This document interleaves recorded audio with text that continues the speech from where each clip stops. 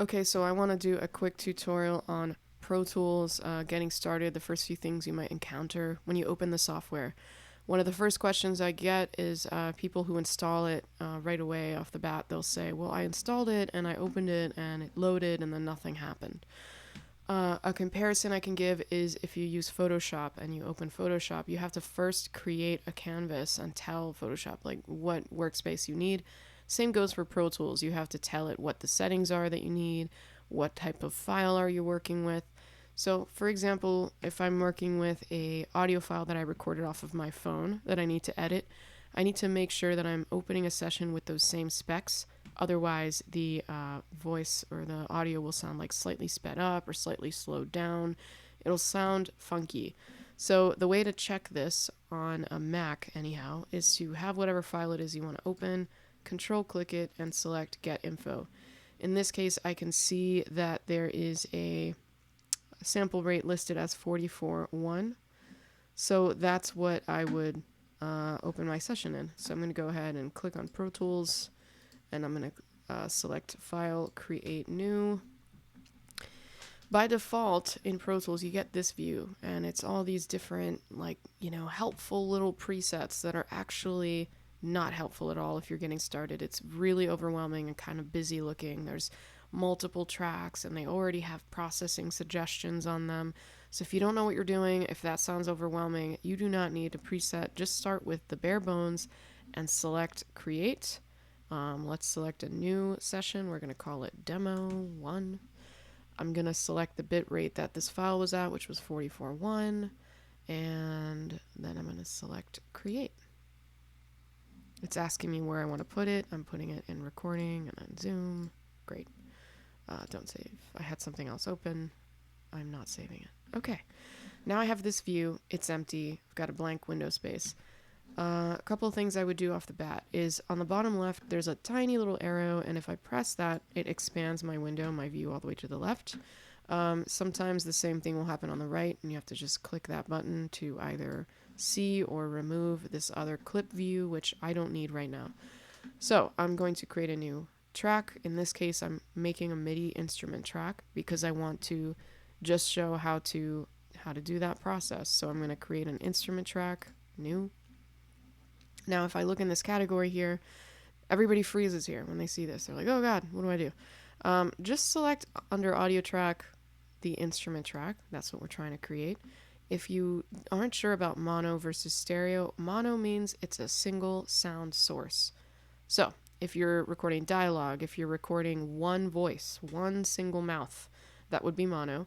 In this case, I'm trying to create a score that's going to fill the space of my little session as an example. So I'm going to select stereo. And in general, if you're working with instruments for the purpose of like scoring something, stereo is going to be great. So let's just press create.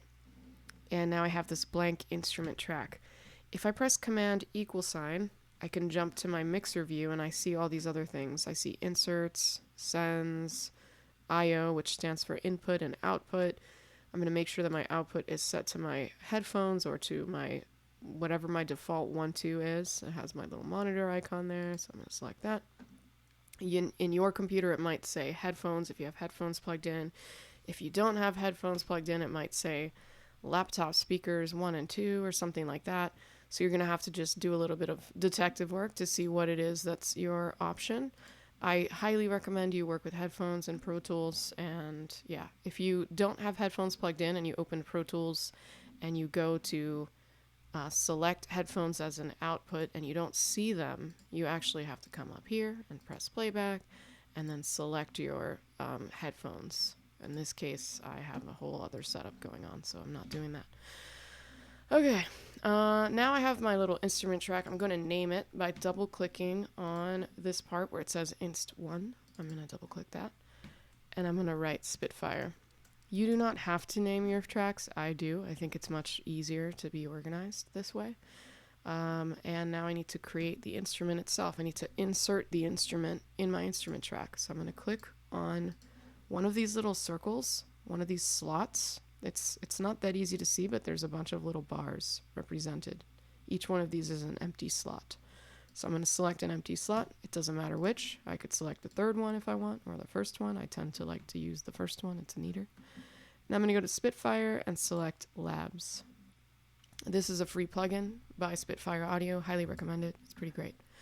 So if I click here, I can hear the audio, but I don't want to play this or record it with my mouse. I want to actually try to record it in some other way.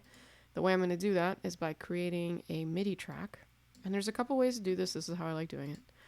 I'm going to select MIDI over here, and automatically it just gives you these different settings. You don't need to mess with these. You don't need to tamper with it or worry about, oh no, I don't select mono or stereo anymore. Don't worry about it. It's because it's information. It's not audio. So it's like data, ones and zeros basically. So I'm going to press create. And now I'm going to tell this MIDI track which instrument I want it to play. It actually selected, I don't know why it did that, but I'm going to select channel 1. Just go with the first available slot. The reason they do this and the reason it looks convoluted is because musicians use this software and sometimes will have many instruments open at once, and you have to manually tell the MIDI track which one you want to input. Otherwise, all of them would be triggered all at once every time you played a note, which would be highly inconvenient. So the options are there because if you want to get more intricate with Pro Tools, you can, but don't let those options stress you out if you only need it for a much simpler purpose. So for now, we're just going for that very first channel, and we don't have to worry about anything beyond that. Now, if I press record enable and I go back to this view, I still don't have an instrument. I just have this like digital track that says MIDI on it. But I can select MIDI keyboard if I go to Window, MIDI keyboard. And now if I type A, D, G, I can actually play this little digital piano and it triggers notation. So let's go ahead and record something. I'm going to make sure that this button that represents a record button, similar to something on like a stereo or something from the 90s, click on that, then click on this button up here and press play. And it's going to start recording, and now I can press something.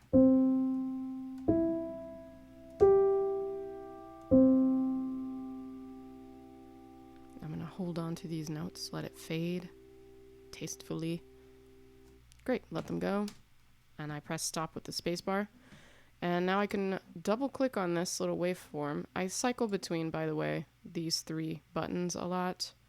You can either learn to select the Multitool, which is all of them, or you can use one at a time, which sometimes I end up doing.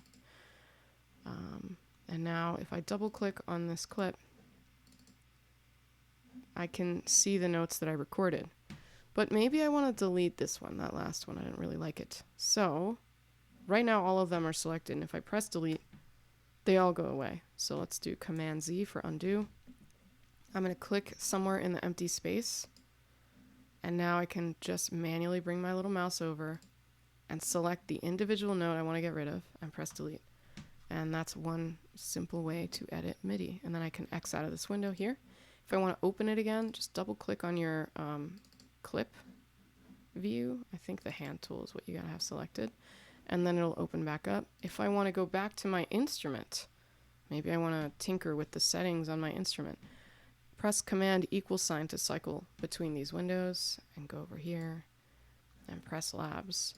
You could also make your window such that you can fit your mixer and your editing window into both views. And that way, if you close this, you don't have to press Command =. You can just click on your little slot where you had your instrument, and it's always available to you.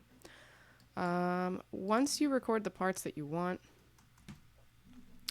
you can go ahead and either leave it as is and move your MIDI around. Maybe you want to do duplicate this and you want it to happen again a few seconds later. You can either press copy and then go to an empty area and press paste, or you can press Option and then wait for the hand tool to come up, press click, so you highlight it, and then click it and drag it and unclick it. Oh, it's not letting me do it. Oh, okay, so I have shuffle mode selected. If I press slip mode, I can do Option, click and drag.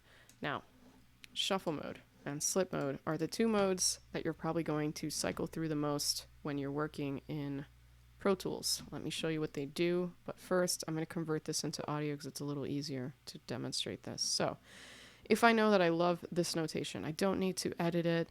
It's awesome. It's great. I'm going to go ahead and control click this and write commit and press OK, and it's going to convert this into audio.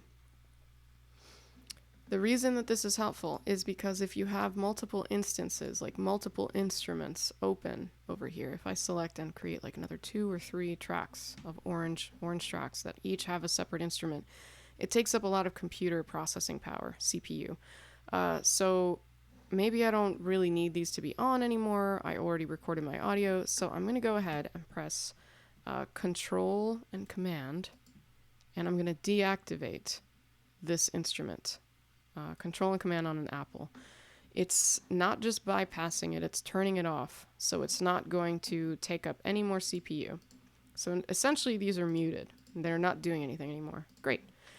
Now I have this little clip gain thing. It's like a mini fader that comes up so I could turn up the volume and just see exactly what I'm doing.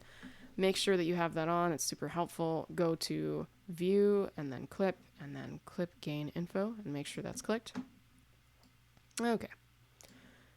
And now let's say, to demonstrate this slip versus shuffle mode, let's say that I want to get rid of this middle part. I could grab my multi-tool and just hastily select sort of like the middle area that I think this is, but maybe I really want to get it close, but I can see that I'm not quite close enough, and then I have to zoom in, and it gets really complicated and annoying. Or I could use this button.